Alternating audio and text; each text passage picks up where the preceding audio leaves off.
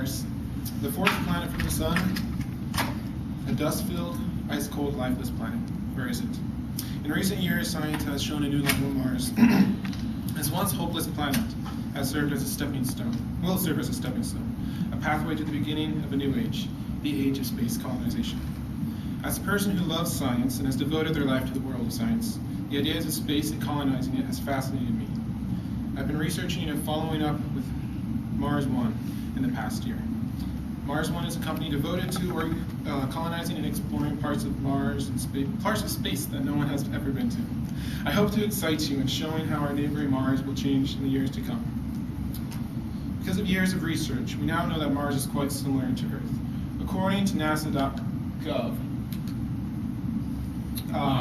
as you can see, the speed of Earth is 53 million miles per hour, which is slightly slower than Earth's, and the distance from Mars to the Sun is also further. Though similar to Earth, Mars rotates on a pivoted axis, so it has the same season as Earth, the same 4 seasons. Also, the rotation around said axis is 24 hours and 40 minutes, meaning the day on Mars is only 40 minutes longer than on Earth. The main problem with Mars facing science is the atmosphere. The atmosphere being 100 times thinner than on Earth and containing no oxygen means it is impossible to survive without equipment. Though through terraforming we can change the atmosphere. Terraforming Mars means changing the actual landscape and atmosphere. According to Matt Williams, a professional writer with a dual bachelor's in science who writes for Universe Today, explains popular terraforming theories. First, external terraform theories are based on how we could inflict change to the planet without sending humans to Mars. Since Mars' surface is covered in a dry ice, frozen CO2 at the poles, it is believed that by melting this ice, raising the CO2 content in the atmosphere, will start the greenhouse effect, causing the surface temperature to rise. Possible ways of melting this ice and causing the greenhouse effect is an idea of there we go. It's the idea of redirecting asteroids and comets and crashing them into Mars. Another idea is taking ammonia, a gas from other planets, the atmosphere, and pumping it into Mars' atmosphere. Ammonia has a high content of nitrogen and will help pressurize the atmosphere, making it possible to stand without pressurized suits. Another idea of terraforming Mars is internal theories. According to Chris McKay, an astrobiologist with NASA's Ames Research Center, there are other ways of adding greenhouse gases to the atmosphere. There are ideas of building facilities on Mars that pump the gas already from the planet into the atmosphere. There are also ideas of planting vegetation with man-made oxygen until there are enough plants to support themselves. Plants only need 1/3 of the oxygen that humans need, and Mars is already supplying the carbon dioxide. Even though we only have ideas and theories, the colonization of Mars is already taking place. Great minds and companies are working on ways to send humans to Mars in the next couple of years.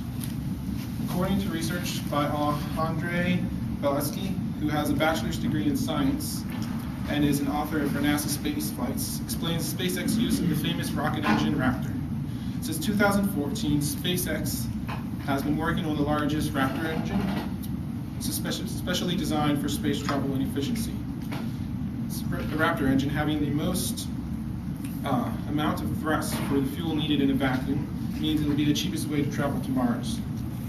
The engine is planned to be used in the Mars Colonizer Transporter, which Elon Musk, the CEO of SpaceX, should be ready by the 2020s. Another company, Mars One, has also made plans for colonizing Mars. According to Mars One's website, MarsOne.com, Mars One started looking for astronauts in 2013. Having hundreds of thousands of applicants, they have narrowed down the search to a few hundred based on physical, mental health, and other factors. These candidates are training in groups of 4, practicing months at a time. In mock facilities similar to the ones they would live on Earth. In 2026, the first crew will be sent to Mars. After that, every 2 years, another crew of 4 will be sent. And between each crew, a cargo ship will be sent with supplies for them to build colonize Earth, Mars. The plan is eventually there will be enough colonists on Mars to be able to survive on the resources for Mars alone. Even though Mars might currently be lifeless, it's not so different from Earth. Terraforming, simply with human contact in the years to come, will change Mars entirely. With plans for expeditions to Mars means life on Mars will soon be a reality. The age of space colonization has already begun.